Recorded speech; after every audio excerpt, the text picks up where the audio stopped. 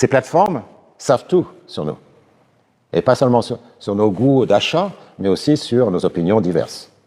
Et donc, le coût marginal, comme diraient les économistes, de la surveillance a décru énormément ces dernières années. Et on voit des évolutions sociétales. Et puis on a cette notation sociale qui est une invention chinoise. C'est, à partir de 2020, chaque citoyen et chaque entreprise doit avoir une note.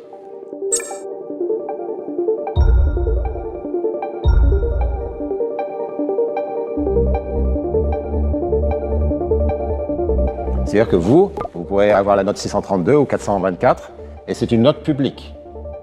Donc, vous êtes caractérisé par une note. Et comment est calculée cette note? Selon certains critères. Certains sont raisonnables. Est-ce que vous payez vos impôts? Est-ce que vous polluez? Est-ce que vous contribuez au bien public? Est-ce que, je ne sais pas, est-ce que vous êtes un bon exemple? Certains sont raisonnables, mais totalement manipulables. Par exemple, si vous répandez des fake news, votre score va diminuer. Alors, a priori, c'est normal. On n'aime pas les fake news. Sauf que, si le gouvernement définit les fake news comme étant tout ce qui contredit sa politique, ce qui est évidemment la tentation, ça veut dire que chaque fois que vous critiquez le gouvernement, vous êtes jugé comme créant une fake news, et donc votre score social se casse la figure. Et puis il y en a qui sont vraiment des critères qui sont vraiment très peu attractifs, comme le graphe social. Alors le graphe social, c'est simplement qui sont vos proches, vos amis, vos collègues, votre famille, votre graphe social, qui vous fréquentez, vos traits de caractère, vos opinions politiques ou religieuses. Alors, à quoi va servir ce score? Il va servir à deux choses. La première chose, c'est finalement à utiliser la société pour punir les gens. C'est-à-dire que vous êtes sur le web, par exemple, et vous demandez, est-ce que je dois commercer avec un tel? Est-ce que je dois acheter chez un tel? Et puis vous apercevez que un tel a score 400 et pas 600. Vous allez dire, non, sans doute cette personne est absolument pas fiable, et en fait ne respecte pas ou envoie ses biens avec 2 semaines de retard, etc. C'est une personne qui n'est pas fiable. Mais il y a une autre interprétation, c'est que cette personne est parfaitement fiable, mais en fait a dit des choses sur le gouvernement que le gouvernement n'aimait pas. Et l'idée de mélanger les deux, c'est d'utiliser la société pour punir les gens, et donc la personne se retrouve avec un score de 400, simplement parce qu'elle était dissidente, mais évidemment, les gens peuvent se dire, mais c'est une personne qui n'est pas fiable. La deuxième des choses qui va être faite en Chine, c'est que pour certains biens et services, si vous avez un mauvais score, vous allez ne pas les avoir ou payer plus. C'est-à-dire peut-être vous n'aurez pas un visa pour aller à l'étranger, peut-être vous allez payer plus votre billet de chemin de fer ou votre billet dans l'avion. Peut-être plus grave, vos enfants pourront aller à l'école, mais pas dans les bonnes écoles.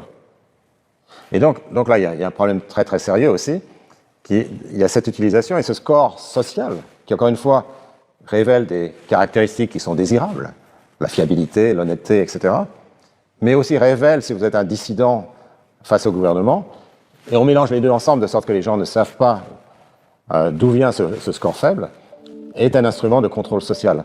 Alors, je voudrais insister sur le fait que ce n'est pas chinois. C'est vrai que les Chinois sont les premiers à le développer, parce que d'abord, c'est un régime autocratique, donc il y a des circonstances favorables, il n'y a pas de Cour suprême qui va s'opposer à ça, mais aussi parce que ils sont très avancés technologiquement. Par exemple, dans la reconnaissance faciale, ils sont incroyablement, dans les algorithmes, dans toutes ces choses-là, ils sont vraiment très, très avancés.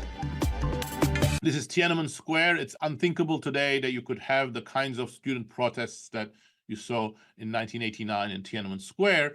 First, the Chinese state has heightened its grip, but everywhere you now have facial recognition cameras and other surveillance methods, both online and offline. And the social credit system in China, which has been rolled out in some of the provinces, and it's also being tried by the centralized state, is emblematic of this.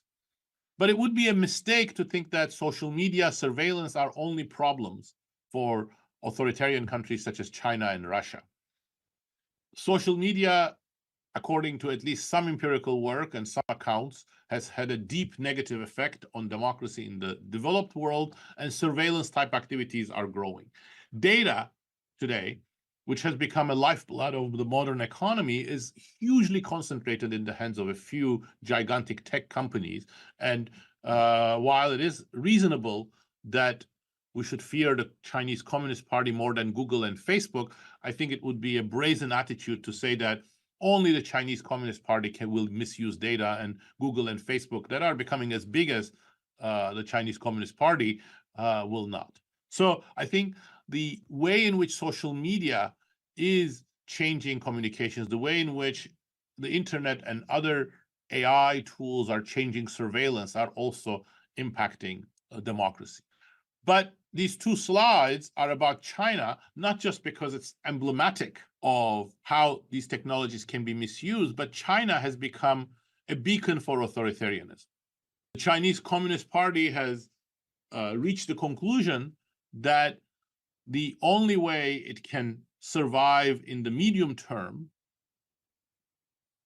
within China as an authoritarian center of power is also by convincing a broader public globally that democracy is not a good system.